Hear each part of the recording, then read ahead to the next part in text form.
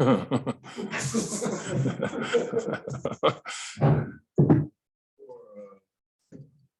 would read into body language, and he would say, "Don't read too much into it." From what I just saw, how much of a was that to have that game go down like that? Well, I think I just told our guys after the interaction that happened, I said, okay, we're going to win this game.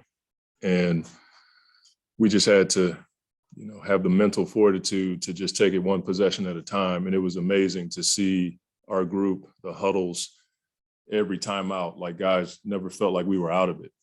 And even at the end, we were trying to figure out, because I was out of timeouts, how to get Jay in a trail, because we were going to have campaign just take off and then have Jay trail where they end up missing the free throw. And Cam had the wherewithal to be the trail guy once we got the ball, because once you get the ball, then everybody's in a skirmish because you got to go get the ball. And Campaign did a really good job of pitching it back to Cam Johnson. And so I just felt like it was one of those games where the tide changed. I was grateful that it happened on our floor because our fans just hung in there with us. And we were able to get enough stops and make enough plays to have a moment at the end. And, Cam Johnson goes for 38 in 28 minutes. And I just thought so many guys tonight, Biz's defense, Torrey Craig's defense in the second half was tremendous. And then Jay hit those two big shots, the one in the corner and then the one on the right wing, that just kept us afloat. But Cam Johnson's ability to just kind of keep his mental stamina at a good level after the, as I said, interaction with Randall, he just stayed the course. And it's just a huge win for us. I'm glad it happened here in front of our fans. He got hit in the ribs in the first quarter, and it really hampered him. I think he was feeling that, and then he got knocked down one time under our basket. He just got banged up tonight. But his ability to hang in there with us, he knows we're down Chris and Book. We really can't afford to lose anyone else. And it was just one of those games, man. You're just fighting for some momentum, and we got it in the fourth quarter. We scored 34 and they scored 21. Like that's the kind of quarter we needed to have a moment at the end. If we don't play that kind of defense in the fourth, we don't have a chance. You talked about playing, okay, if it's a miss, we go this way. Yeah. When you saw Cam let it go, what was going through your mind when you saw him release that? Please, Jesus. That's basically what it didn't come out that way, but that's probably what I felt like.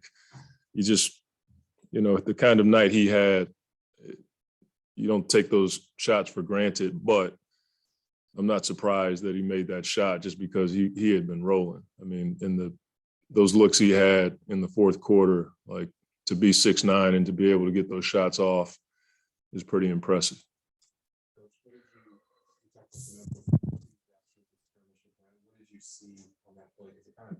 We were always together, but then it was like let's win the game. Like, don't worry about that stuff. Let's win the game. And that's been our mentality since I've been here. Like, there's things that happen and there's infighting and in-game stuff, but there's no column for it. We want to put the win number in the column. And that was our mentality. Like, let's just go out and win the game. And I just kept telling the guys, okay, they've turned us on, but we got to go win it. But we got to do it one possession at a time. We don't have a 20-point play. We just got to take it one step at a time, one possession at a time. It sounds pretty coachy, but it's true. What did you think of Campaign's performance? Obviously, shoot the ball Yeah, that's the thing. Like, you can have an effect on winning even when you're not scoring. And it's a prime example of that. I mean, he's 16 assists and his intentions were great. He just missed shots. He hasn't played a ton, and I'm playing him 32 minutes second game. So I know his legs are a bit shot, but I didn't mind his shots. Those are shots he can make. He had the one layup at the end, like that's Cam's shot. He just put a little too much English on it. But for him to contribute with 16 assists, and then he just played hard. His defense, all of our guards we were trying to keep those guys on the side of the floor because when they get middle, they have lob opportunities. So I'm just proud of the way he contributed, even when his shot wasn't falling the way that he's capable of having it fall. Monty, it was 9-8 minutes left in the game or so when Corey played a huge part in forcing that shot clock violation. Yeah. I feel like that was a catalyst for the defense. That possession was probably the defensive signature possession of the night. To come out of that timeout and take away their ATO, not only forcing a miss, but to force a 24-second shot clock violation is pretty rare in the NBA. And his physicality on that play, in that corner in front of the bench, like that was high level aggression, intensity, but it was under control. On the other side of that coin, the offensive possession with ball scoring possession. Cam, again, is that the ball finds energy kind of moment? Yeah. I mean, I think the guys kind of felt it, that he was, the guy tonight, and he had it rolling. And that's the way we played last game. When the ball got to the second side, we were pretty efficient, but it found him and he knew what to do with it tonight. And without it, we don't win this game. Coach, seeing like in the previous, like before that Cam Johnson three-pointer, we saw that Jay hit his three shots. Yeah. So like, did he felt like in that time, like when New York scored that bucket to take the lead, did maybe Jay like, hey, give me the ball? Nah, I don't think any of our guys, think that way. I think they just are thinking, if it does come to me, I'm not afraid to shoot it. I'm not afraid to take the shot. That's my biggest thing, is guys who are willing to take and make and okay with missing those shots. And Jay's been a big shot maker for a while. The one he hit in the corner, where he got the foul, like he's done that a number of times, but the one he got on the wing was a really good read, because I think Barrett was guarding him and he went to help just a little bit, and Jay slid up the wing and just created enough space to get the shot off. So he didn't ask for it, but he's certainly not afraid of taking those shots, and he knows there are timeouts where I will come to him because I know he's willing to take those shots.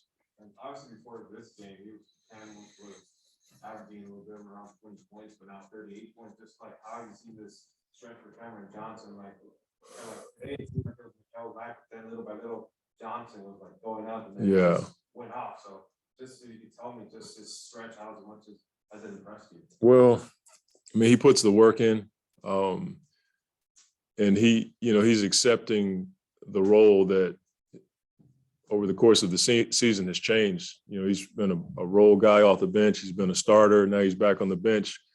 But the thing I like about Cam is his mentality doesn't change. And I think our guys look at him as a starter, and I think he's accepted that responsibility. We don't feel like when he comes off the bench, he's a role guy or a rotation guy off the bench. We feel like we're bringing another starter in the game. And I think his ability to shoot the ball is impressive, but when he attacks the basket, when he's playing tough defense like he did against Randall, it shows his complete game. Monty, was a career high in free throws for Cam too. After the Knicks got that huge free throw very early, how did you like your team adjusting and attacking? Yeah, I mean, it's pretty tough to walk into the halftime and be down. I think it was something like -11 or something like that from the free throw line. But again, Coach Ruffin said it. He said, we just got to, understand how the refs are calling the game.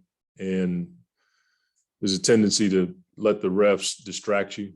And we've done that at times. I thought we had really good poise and the stamina that I talk about mentally to, stay the course. And then when we got our opportunities, we made them count. And again, all that stuff adds up to giving yourself a chance to have a moment at the end.